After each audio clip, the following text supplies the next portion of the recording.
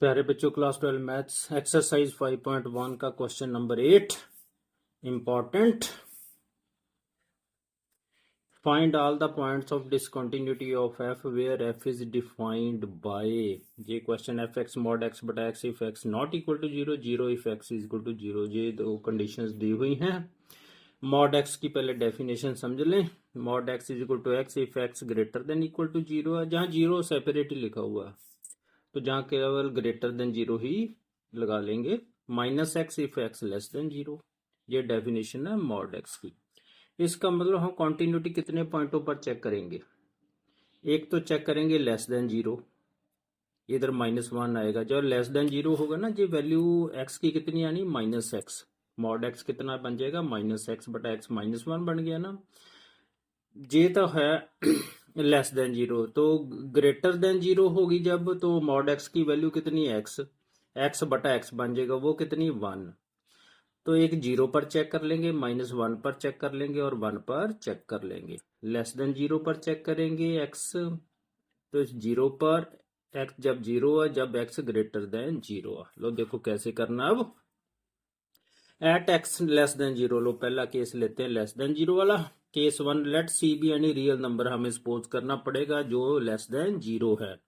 Belongs to D1, D1 domain क्या है, x belonging to R real number, x less than zero है। ये हमारी कंडीशन बन गई, ये डोमेन बन गया जो जीरो के से कम जो नंबर है। At x less than zero, f x कितना हो जाना, अब जरा ध्यान से देखो। एफ एक्स होना, जे मॉड एक्स कितना बन जाएगा, minus x less than zero होगा, तो जे माइनस एक्स बटा एक्स बन जाएगा। अब इसे काट लो, ये बन गया -1 on f c. F c की वैल्यू कितनी होनी है, वो तो -1 है, क्योंकि ये वैल्यू ये कांस्टेंट फंक्शन आ गया, तो सी की वैल्यू फिर -1 ही रहेगी, क्योंकि दैट इज कांस्टेंट फंक्शन। वैसे भी कांस्टेंट फंक्शन हमेशा कॉन्टिन्यूस ही होता है, वो बाद में बात करते हैं। Limit x tending to c, f x किसके बराबर आ गया, limit x tending to c. अब लिमिट भी चेक करनी है ना एफ एक्स पर।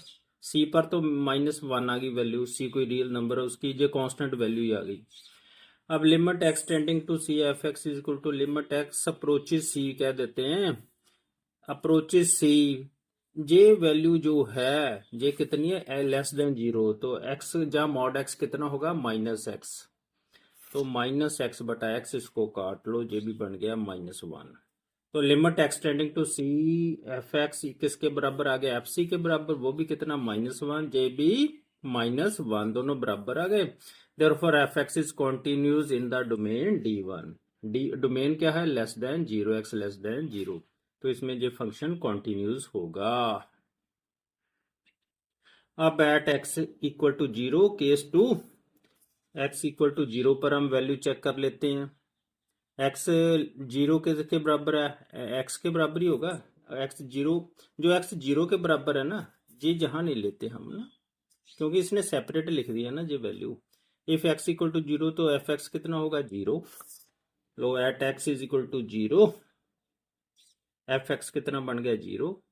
तो जो जीरो जहां पुट करोगे तो कितना, जहां मैंने ना डोमेन नहीं लिया, क्योंकि वैल्यू एक ही है ना, केवल जीरो ही है, इसलिए एफ जीरो जीरो है, डोमेन की जरूरत नहीं पड़ी क्योंकि एक ही वैल्यू है। लेफ्ट हैंड लिमिट चेक कर लेते हैं, limit x tending to zero minus f x. Zero minus zero minus negative value होगी ना, तो उस वक्त डोमेन ऑफ एक्स बटा mod x over x, mod x क्या बन जाना, माइनस, लेस देन जीरो है ना, जीरो माइनस का मतलब लेस देन जीरो, तो मॉड एक्स की वैल्यू -x बन जानी है। ये -x बटा एक्स, ये जहां से वैल्यू उठाई मैंने, -x बटा एक्स बन जाना। क्यों, कंडीशन अब लेस देन जीरो वाली ले रहे हैं, तो ये काट दो, तो -1 बन गया। अब right hand limit x tending to zero plus f x, अब ग्रेटर देन जीरो। अब ग्रेटर देन जीरो में मॉड ऑफ एक्स कितना होता है, एक्स, तो जहां एक्स बटा एक्स बन जाएगा। Limit x tending to zero, x बटा एक्स। अब जरा ध्यान रखना इस बात का, कि जब x greater than zero, mod x की वैल्यू पॉजिटिव रहनी है, एक्स बटा एक्स बननी। तो जो एक्स बटा एक्स बना, इसको काट लो, इक्वल टू 1 आ गया। देखो ये लेफ्ट हैंड लिमिट -1 है, राइट हैंड लिमिट 1 है, दोनों इक्वल नहीं है, तो ऊपर जीरो है value, left hand limit not equal to right hand limit, therefore function fx is discontinuous at x equal to 0। जहां पर ये discontinuous है, यही जो उन्हें ऊपर पूछा हुआ है। लो अब एक और वैल्यू देख लेते हैं, केस 3 x ग्रेटर देन 0 पर भी चेक कर लेते हैं। Let c be any real number belongs to D2 domain. D2 domain में कौन सी वैल्यू आनी है, x belongs to R x greater than 0, जो ग्रेटर देन 0 वैल्यू है वो आनी है। तो उसमें जो x greater than 0 mod x कितना बनना है, x बटा x 1 बन जाएगा। लो देखते हैं कैसे। ऐसे लिख लेना fx की वैल्यू कितनी अब आनी है, अब ग्रेटर देन 0 है ना x की वैल्यू, तो मॉड x कितना बन गया, पॉजिटिव बनना। मॉड x किसके बराबर है, x के बराबर, क्योंकि x ग्रेटर देन 0 है तो x बटा x बन गया। तो ये f x is equal to x बटा एक्स, क्यों प्लस लिखा, क्योंकि x ग्रेटर देन 0 तो मॉड x पॉजिटिव होता है, पॉजिटिव x। ये कट गया, एक बन गया।